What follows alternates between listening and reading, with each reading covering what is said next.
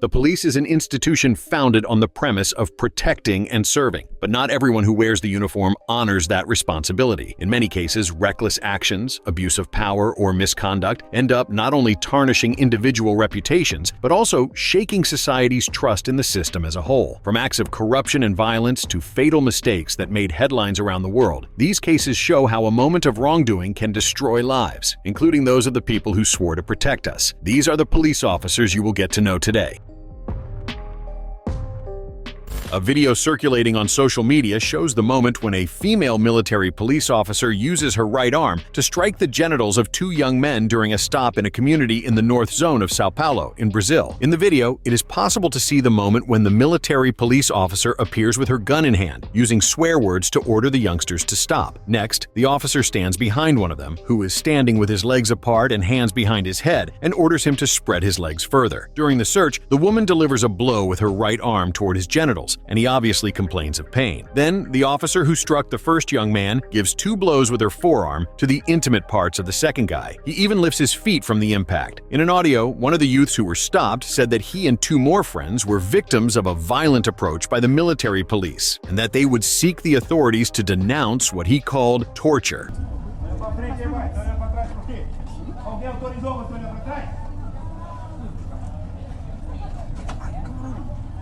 The military police informed in a statement that it opened an internal procedure to analyze the conduct of the officers who appear in the video taking part in the aggression. The institution did not report, however, when and for what reasons the military police officers stopped and searched the 5 youths shown in the images.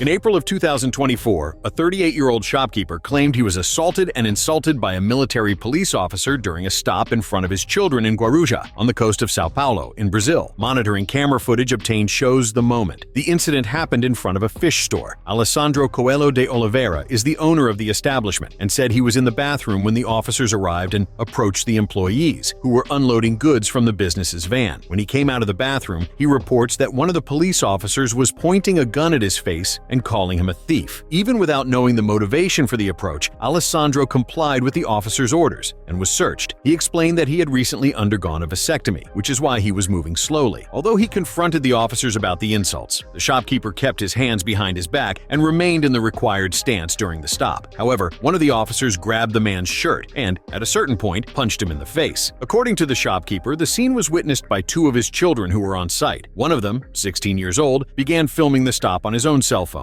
and was threatened by the police team. Meanwhile, the 8-year-old girl was frightened and even cried. After the approach, the officers left without finding anything illegal. However, Alessandro retrieved the security camera footage, saved the video of the moment, and contacted a lawyer to report the incident. Along with the lawyer, Alessandro filed a complaint at the police station. In a statement, the military police said the officers involved were identified and removed from their duties, while the facts would be investigated.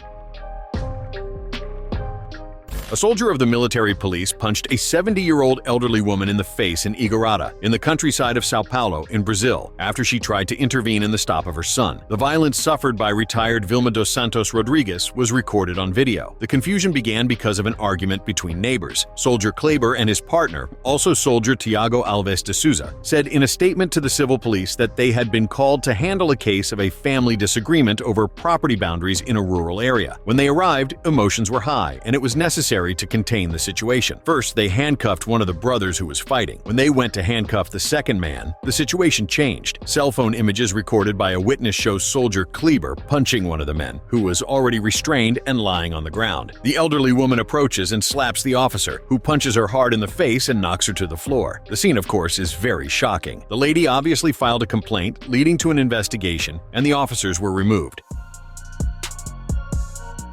The case of Officer Daniel Holtzclaw is one of the most shocking involving abuse of authority in the United States. He was accused of using his power as a police officer to sexually harass multiple women, most of them black and economically vulnerable. Holtzclaw was an Oklahoma City police officer, born in 1986. He worked on street patrol and was known for his seemingly exemplary behavior on the job before the accusations arose. The victims were predominantly black women, many of whom had histories of vulnerability, such as substance use or involvement with the criminal criminal justice system. This made it more difficult for them to defend themselves or be taken seriously. Holtzclaw used his position of power to approach these women during patrols, often accusing them of minor crimes or violations. He then used these accusations as leverage to coerce them into sexual acts. In June of 2014, one of the victims reported the abuse, triggering an investigation that revealed a pattern of similar behavior with other women. In total, 13 women brought charges against Holtzclaw, describing incidents of harassment and sexual assault during police stops. He was charged with 36 crimes, including sexual assault and lewd acts. Daniel Holtzclaw's trial began in November of 2015 and received a great deal of media attention for its racial and social implications. On December 10th of 2015, Holtzclaw was found guilty on 18 of the 36 charges. He was sentenced to 263 years in prison, a punishment reflecting the severity of his crimes and their impact on the victims.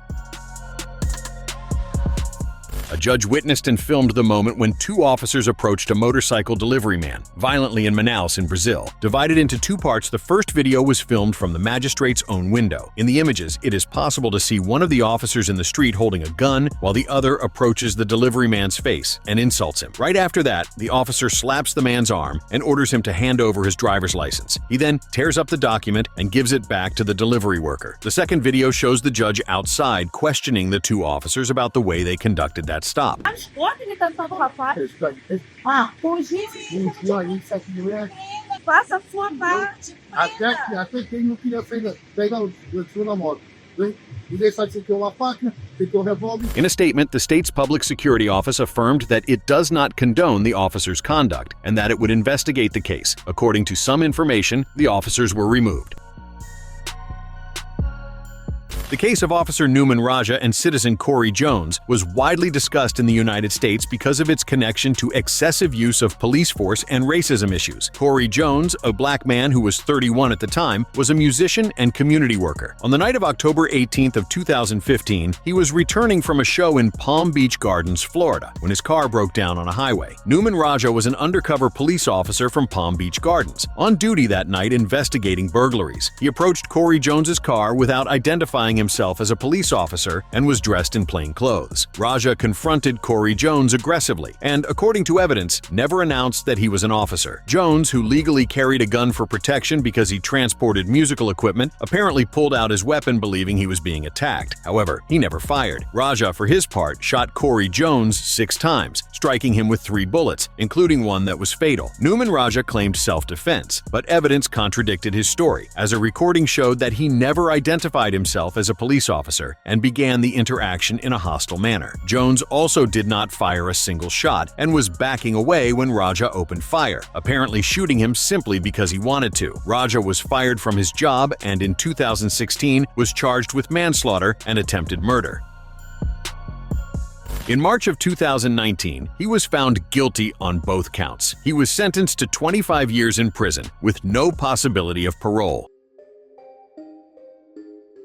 The case of Zachary Wester highlighted a severe abuse of power by a police officer in the United States. Wester, a former deputy in Jackson County, Florida, was accused of planting drugs on innocent motorists during traffic stops to frame them as criminals. Zachary Wester was a police officer in Jackson County, Florida, who mainly worked on traffic patrol. He was known for making drug-related arrests, but his methods began to arouse suspicion. During traffic stops, Wester planted small amounts of drugs such as methamphetamine and marijuana in motorists' vehicles. He would then find these substances during searches and arrest the drivers on possession charges. Many of the victims were vulnerable people or had criminal records, making it harder for them to fight the charges. In 2018, other authorities began to question Wester's practices, especially because his cases often had inconsistencies or suspicious evidence. An internal investigation revealed that he tampered with evidence, and footage from his body camera showed him planting drugs in some vehicles. In July of 2019, Zachary Wester was arrested and charged with planting evidence, falsifying official documents, false arrests, and unethical conduct as a police officer. He faced 67 criminal charges related to his actions. At least 12 people had their charges dropped immediately after Wester's wrongdoing was discovered. In total, more than 100 cases in which Wester was involved were re-examined, and many convictions were overturned. The victims experienced severe consequences, such as job losses, reputational harm, and emotional trauma. During the trial in 2021, the evidence against Wester was overwhelming, including body camera footage contradicting his his official reports. The victims testified, describing how they were unjustly charged and how devastating that was for their lives. In July of 2021, Zachary Wester was found guilty on various counts, including official misconduct, falsification of public records, and planting evidence. He was sentenced to 12 years in prison.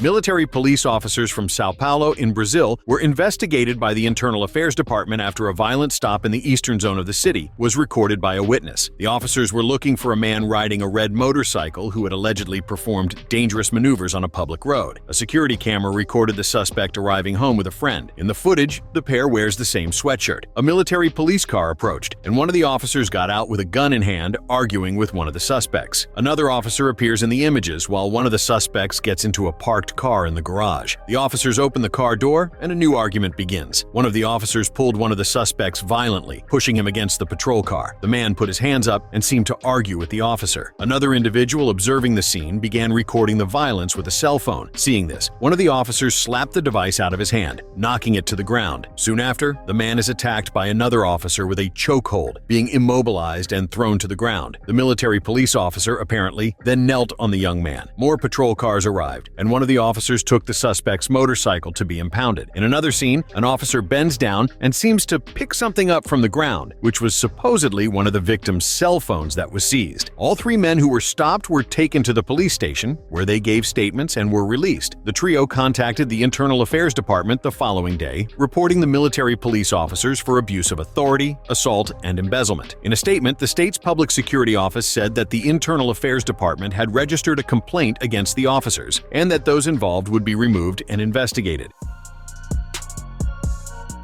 The case of David Carrick is one of the most serious involving police abuse in the United Kingdom. Carrick, a former officer with London's Metropolitan Police, was accused of a long list of sexual crimes and abuse against women, shocking the country. Carrick served as a Metropolitan Police officer for more than 20 years and was part of the Parliamentary and Diplomatic Protection Unit. During his time on the force, he used his position to manipulate and intimidate victims, ensuring they would not report his crimes. Carrick was charged with sexual crimes against at least 12 women over nearly 2 decades, between 2003 and 2020. In 2021, a woman reported Carrick for sexual abuse. After that initial complaint, other victims began coming forward. Records showed that Carrick had been the subject of multiple internal complaints over the course of his career, but none led to disciplinary action. In January of 2023, Carrick was found guilty of 49 criminal charges, making him one of the most prolific sex offenders in the recent history of the United Kingdom. He admitted to many of the crimes, sparing the victims from having to testify in court. This is the allegation that's been made to us, okay, sir? There's no necessity. Yes, there is. I've only been a police officer for 20 years. Right. In February of 2023, David Carrick was sentenced to life in prison, with a minimum of 30 years to be served before he can request parole. The judge highlighted the extreme cruelty of his crimes and the abuse of power exercised in his profession. The case of Officer Wayne Couzens is one of the most shocking and emblematic in the history of the United Kingdom, as it involves the abduction, abuse, and murder of Sarah Everard, a 33-year-old woman, in March of 2021. The crime sparked worldwide outrage. Couzens was an officer of London's Metropolitan Police, working in the Parliamentary and Diplomatic Protection Unit, which safeguards politicians and diplomats. He used his position of authority to commit the crime, leading to a major blow to public trust in the police. On the night of March 3rd of 2021, Sarah Everard was walking home in the Clapham neighborhood of London after visiting a friend. Couzens, driving a rented car, approached her, claiming she had violated COVID-19 lockdown restrictions. He showed his police identification and handcuffed her. He then placed her in the car and took her to a remote area. Sarah was driven to a wooded area in Kent, where Couzens assaulted her and eventually strangled her with his own police belt. After the crime, he burned Sarah's body and disposed of her remains in a nearby pond. It was utterly barbaric. After Sarah was reported missing, the police launched a large-scale search. Her body was found on March 10th of 2021, after the investigation traced Couzens to the abduction through security camera images and vehicle records. Wayne Couzens was quickly identified because of the rented car and cell phone tracking, which placed him in the crime area. During questioning, Couzens initially lied, claiming he had handed Sarah over to a gang. He later confessed to the crime. At the moment, you're under arrest. Okay? I'm speaking of kidnapping at this time.